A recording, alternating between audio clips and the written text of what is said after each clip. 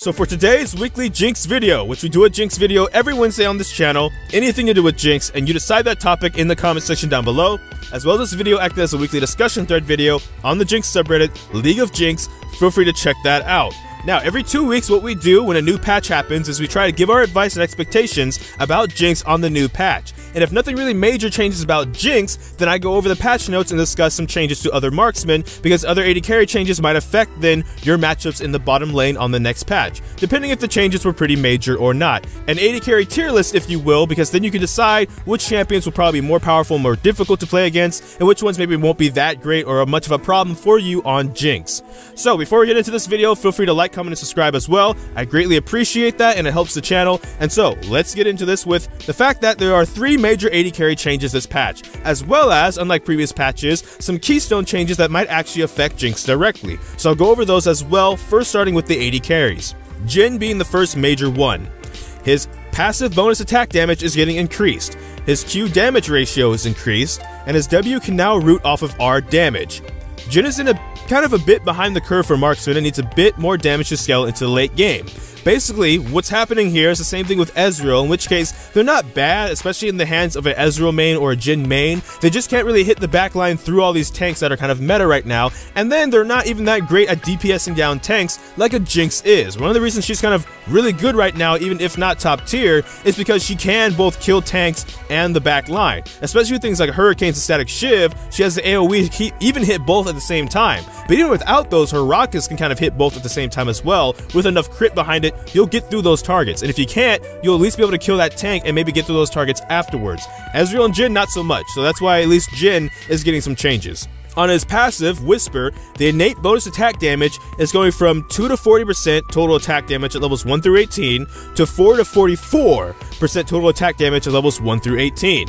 His Q dancing grenades ratio is going from 40, 45, 50, 55, and 60% of the total attack damage to 40, 47.5, 55, 62.5, and 70% total attack damage. And then on his W, Deadly Flourish, it now can root the first champion hit by a recent attack, and any damage from Jhin and his allies or from standing on a Lotus Trap can apply it. So in other words, before this patch, if you had to auto-attack them basically to be able to use the W to root somebody, now any damage from Jhin or his allies can actually now just root them. So while he's reloading, you used to be able to count on he can't use his W to then follow up, with an auto-attack and then root me. He has no ammo right now, he's reloading. Well, now he can do other stuff. He can do even off of his R, his ultimate, if he's ulting you for some reason, but also his allies. So mainly, I see this mainly affecting in terms of the matchup between Jinx and Jhin, the laning phase. If he tries to go all in on you, especially at like level 2, he rushes the minions down, gets it before you, you're still level 1, he tries to attack you at that point, he can now have that combo, and especially with an all-in support like a Leona, like an Alistar, like a Braum,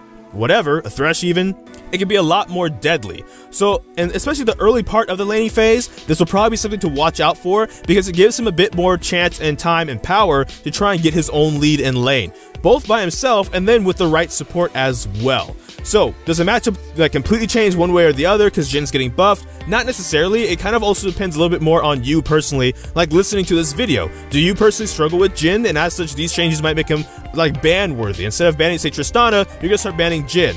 Or do you have Jhin figured out when you play Jinx, in which case you're like, these changes kind of make him a little bit more difficult, or maybe just make something more to watch out for, but the same fundamentals are still there, so Jhin will still be a winning lane on Jinx. It kind of depends on you, so I'll leave that question to you guys. The next change I'll try and keep as unbiased as possible, because my duty in these videos is not to be biased, just to kind of give you what's going on, and then you guys have your own opinions, and then we discuss that. But Tristana is the next AD carry getting some changes, some quote-unquote nerfs, and if I have to be honest, I just don't understand how they're nerfs. At least the right kinds of nerfs. It kind of reminds me of Caitlyn a bit, in which case they did so many other nerfs to her that by the time they finally got to the actual problem, which were the traps, she's now in a bad state and kind of just really needs some buffs. I feel like they're doing that with Tristana right now. They're going to be hitting everything else with the actual problems, and then by the time they actually hit the problems, Tristana's going to be really bad. They're going to have to buff her back up at some point. Her attack range is getting decreased, especially at early ranks, and her W base damage is getting increased. Tristana's early game strength allows her to coast too easily into the late game, so we're giving her a notable lane weakness, lower range, while still giving her a success case all ins. So on base stat wise, her attack range is going down from 550 to 669 at levels 1 through 18 to 525 to 661 at levels 1 through 18. That's the nerf for Tristana we've all been waiting for. Said no one ever, to quote Jinx if you will. First and foremost, in terms of the Jinx and Tristana matchup, her attack range at level 1 is now being lowered to the same as Jinx's minigun is. So now it's a bit more even in that aspect. She can't auto space you at level 1, sure, but my problem with this change, she has scaling, range on her passive. She's gonna get all but 8 of it back at level 18. On top of that, she's a champion that builds rapid fire cannon. So that's not really, I don't know, they gotta change. When I'm playing Jinx into the matchup, if I'm gonna be biased, I'm sorry, let me just be biased for once.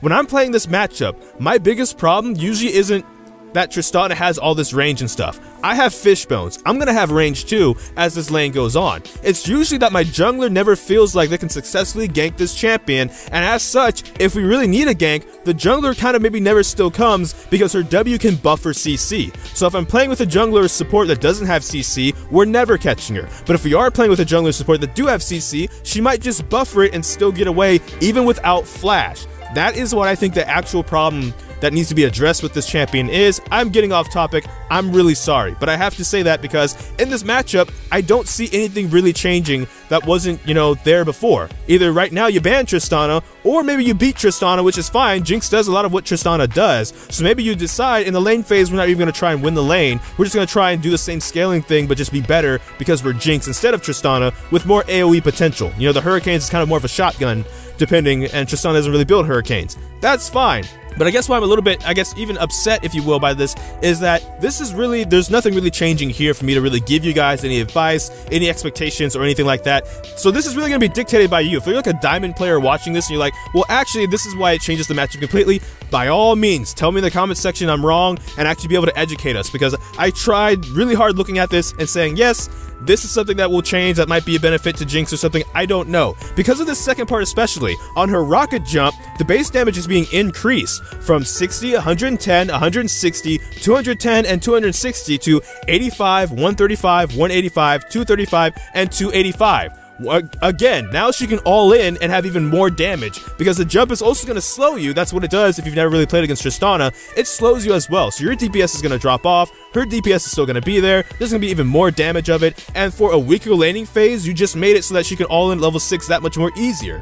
I don't get it. I don't get what Riot's doing here, and I'm sorry, because I try to make these unbiased. This one I just can't be. Tristana's been a problem for a while. They need to actually do something about this champion. A little bit biased, because if Tristana got out the way, maybe Jinx would be in like the main pro play hyper carry also, just so I'm gonna be a little bit honest, a little bit biased there. That's kind of what I want to see. Jinx has been picked a lot in pro play kind of lately. Kind of want to see her kind of be like considered not troll anymore. So there it is. There's a secret.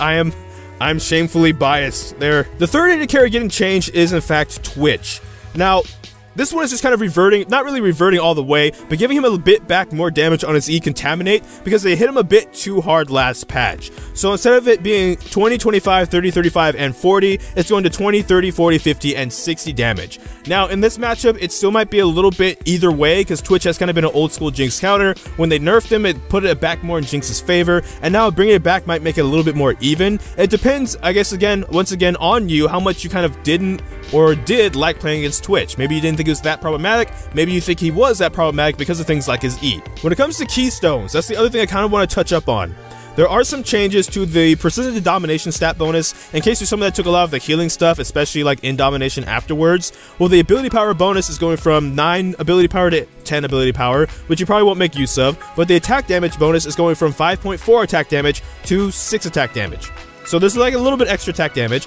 Press the attack is getting changed from 4 to 12% at levels 1 through 18 to 8 to 12% at levels 1 through 18. I know Fleet Footwork is kind of considered better, but I'm bringing that up because of this next change, in which case Fleet Footwork's range healing off of minions is going down from 60% to 30%. That might matter depending on how you use Fleet Footwork on Jinx right now. Maybe not that much, maybe you already experimented with Lethal Tempo and Press the Attack, but then again, okay, so Press the Attack and people that use Press the Attack, like a Lucian or something, might be a little bit buffed by this, On top of that, your healing is a little bit down by this, so maybe that swaps that matchup a little bit in the other's favor, depending on if you get all-in on by something like a Lucian or not. Maybe nothing changes, but I thought I'd bring that up so you're aware of it. Just really quickly, also, Aftershock is getting a little bit of a change. Its cooldown is going from 20 seconds to 35 seconds, so if you're down in bottom lane, laning against a tank support, you now know you have an extra 15 seconds to kind of bully someone if they are a tank support with Aftershock, or your support who might have Aftershock is vulnerable for an extra 15 seconds. With last but not least, Mana Flow Band now has a cooldown indicator, and in case you're someone that takes Celerity second, and as such you took it for Gathering Storm, and maybe you took Mana Flow Band as your secondary, it has now a cooldown indicator, so now you know exactly when it's off cooldown. So, that are the changes for the patch 8.5 to some AD carries, as well as some Keystones that might directly impact Jinx. But what do you think of this patch overall? Do you think Jinx will actually change whatsoever? Do you think some of these matchups are actually bigger than I made them to be? Do you think I ranted too much about Tristana and actually just need to stop being salty and get good? That's totally a fine opinion too, but that's all for this video. Thank you so much for watching this video. If you did, I don't know which video will be next, because life be quite a mess. So until next time, take care from the Fire Godai FS. Thank you for watching.